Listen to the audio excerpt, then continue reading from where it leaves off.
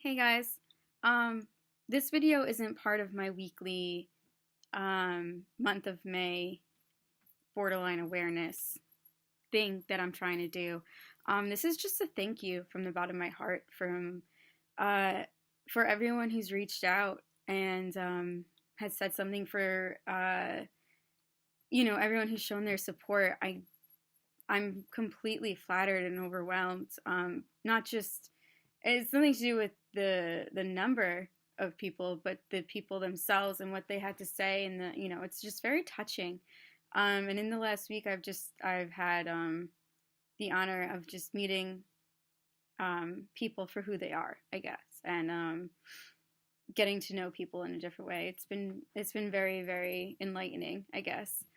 Um, Something that a lot of people bring up or brought up was that sensation of floating and dissociating, and not really being able to connect with your body. That is called depersonalization. Depersonalization is the feeling of not being connected to your body. It's like, for me personally, I always feel like I'm hovering over here, kind of like just like a balloon, I guess. That's not exactly the way I feel, but visually, like a balloon, like tied like a string to my wrist. My conscious is up here, and my body's here. And I've been feeling that way since, like I said, elementary school. But first, it was there's depersonalization, and then there's derealization. And derealization is that sensation where, like, you just, like, don't understand your surroundings. It's kind of like feeling like you're in a fishbowl. For me, for some reason, bars and street fairs. I always depersonalize and derealize, I guess. In those two locations, I just can't handle them. They're very triggering for me. I don't know why. And I don't really have the energy to explore it. But yeah, so that's derealization, is that fishbowl feeling of like being in a place, but also not being in a place. And depersonalization is that feeling of just not being in your body. And it's scary, it's a very, excuse me, a very, very scary feeling. I mean, this has been my normal, almost my entire life. And I didn't even realize what I was feeling until I came across an artist called Sean Koss. And I hope he doesn't mind, but I'm going to show you his picture right now. And after I saw that, no, not even after, when I saw that photo with the word depersonalization, my mind was blown. I was like, bitch, that's me. That's me right there. It was a relief. It really was.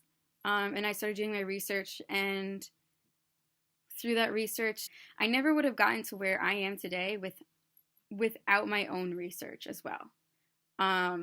Doctors kept slapping the term bipolar on me, and I knew that wasn't right. Even when I was in the hospital on the brink of trying to destroy myself, they were like, well, we think you're bipolar, and this is why, and blah, blah, blah. Does that make sense to you? I was like,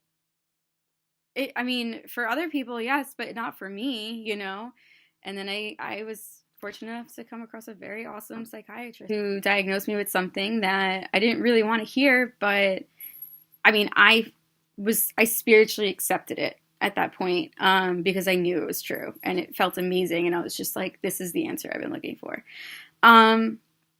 So I just wanted to just explain what that was, and just give a little more information on what that feeling of depersonalization / derealization was, because I mostly get a lot of questions and comments about it, and a lot of people don't understand what it is. Ariana Grande wrote an entire song alluding to her own feelings of depersonalization. It's called Get Well Soon. It's a beautiful, beautiful song. And then I know Logic, the rapper, my friend Jenna just told me that he talks so much about it, and he was even hospitalized for it. It's not an easy thing to deal with. So yeah, so if you're feeling alone, and if you feel like you are experiencing things alone, I can assure you that you are absolutely not. Um, there is a name for every beast inside of your head, I promise. You just have to keep researching and keep asking questions, and you will find the answer, I promise. The internet is scary, but it is a fabulous thing. So keep pushing forward, keep educating yourself, and keep educating others. And that's that. Thank you so much for your support. Thank you for your love. That's it.